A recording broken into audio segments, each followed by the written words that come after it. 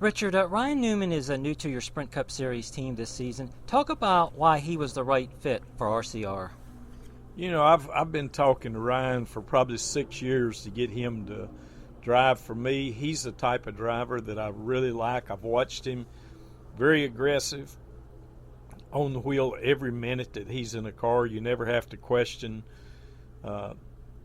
anything but the car because you know he's giving you 110%. He just drives a wheel off a race car, and he's my style of driver.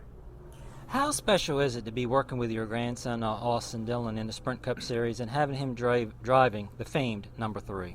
I mean, it was really special. It was a deal that when he started out driving the Bandolera cars, he and his brother both, we asked them what numbers they wanted, and his brother Ty said he wanted his dad's number, which was 2.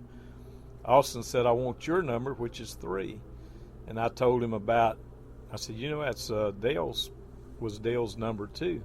He said, yeah, but it was your number. So that's how we started out running him in the 3, which he had 3 in the Little League Baseball and everything he ever did just about. He had some other numbers, but he had 3 when they were available. And but it's really special today to see the progress he's made, and he's earned the right. And we couldn't bring the 3 back with just anyone. It had to be the right person at the right time, and I think now's the time. Now, you won 6 championships and 67 victories with Dale Earnhardt Sr. Talk about what made him one of the best of all time. Well, I mean, he was a kind of guy that give you everything, every minute, every lap.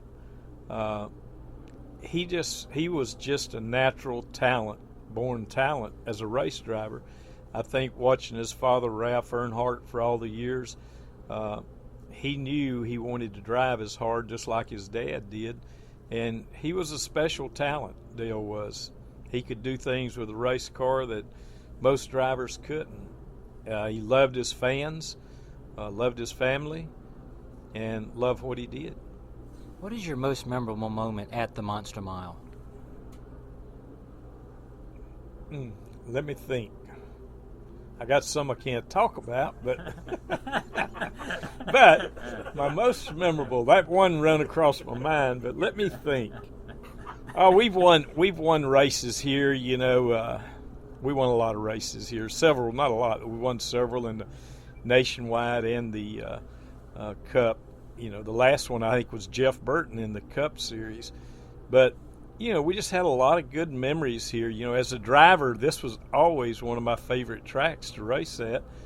And as a car owner, you know, it's great to come up here. It's a great place for the fans. Our military is right over here, Dover Air Force Base, and it's great to just be in this part of the country. Now, safer barriers at tracks have improved safety and are only required on the outside walls. All tracks have at least some safer barriers on the inside walls. Many do not have 100% coverage. Should NASCAR make it mandatory?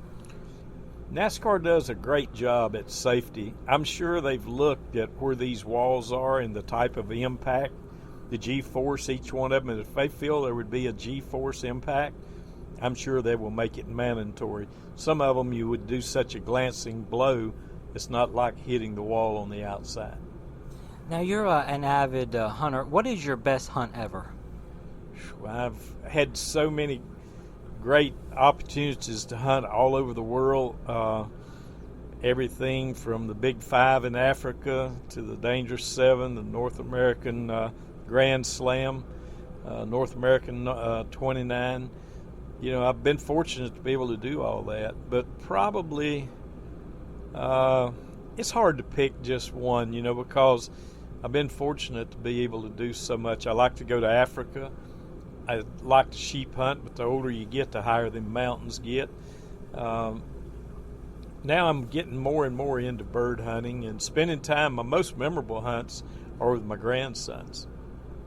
Thanks, Richard, for taking the time. I really appreciate it. Thank you, sir, and thanks for being here today.